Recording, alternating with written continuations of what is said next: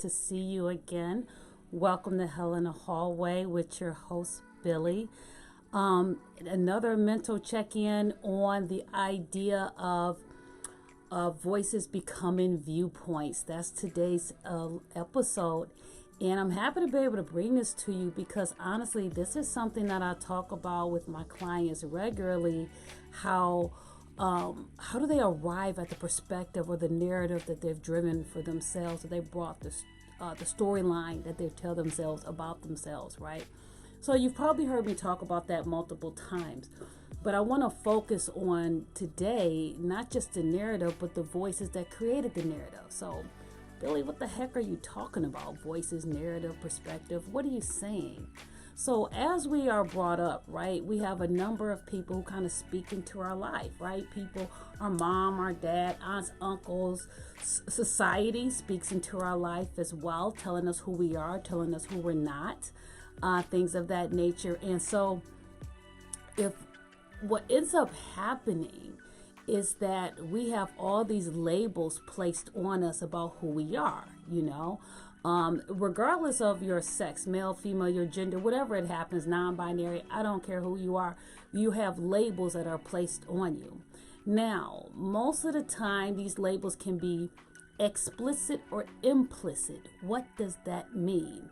If it's explicit, they're telling you straight up, hey, black people are animals, or hey, gay people are this, or white people are that. Like, that's a very explicit label. Implicit is a little bit different and actually far more devious and far more damaging. Implicit is almost really sneaky. It comes through the back door of your subconscious.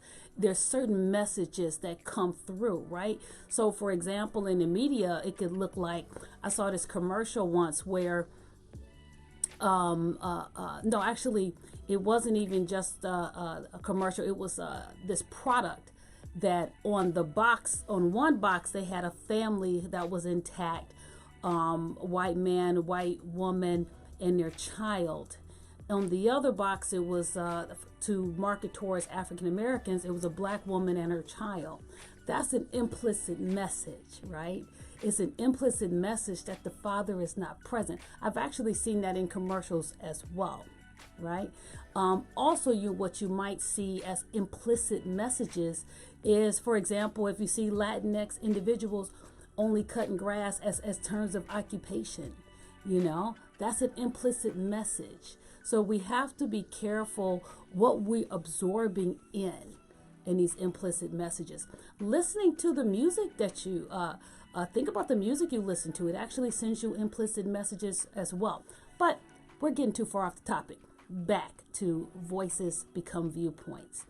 When you're being brought up, and depending on the messaging that your parents sent you, either verbally, which is explicit, or implicit by way of their actions or the way they interacted with each other, or the way they interacted with you, or the demonstration of their value system, told you a story about who you were. See, these voices created a viewpoint, and it's all about what viewpoint did you adopt. And many times you would have adopted a viewpoint. You have become in alignment, which is the phrase that I use. You become in alignment with a viewpoint that actually doesn't even belong to you. It belongs to somebody else. So I want you to really think about that. What voices have you heard growing up? What did it tell you about you? What did it tell you about being a man, being a woman, what did it tell you about your gender? What did it tell you about your sex? What did it tell you about your race? What did it tell you about your religion? What did it tell you about your capacity? Oh, you'll never get out of here. Oh, you're dreaming too big.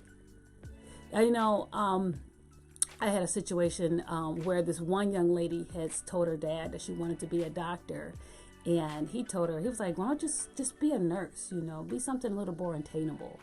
So he wasn't even trying, but he placed a ceiling on her. That was a voice. That's an important voice to her.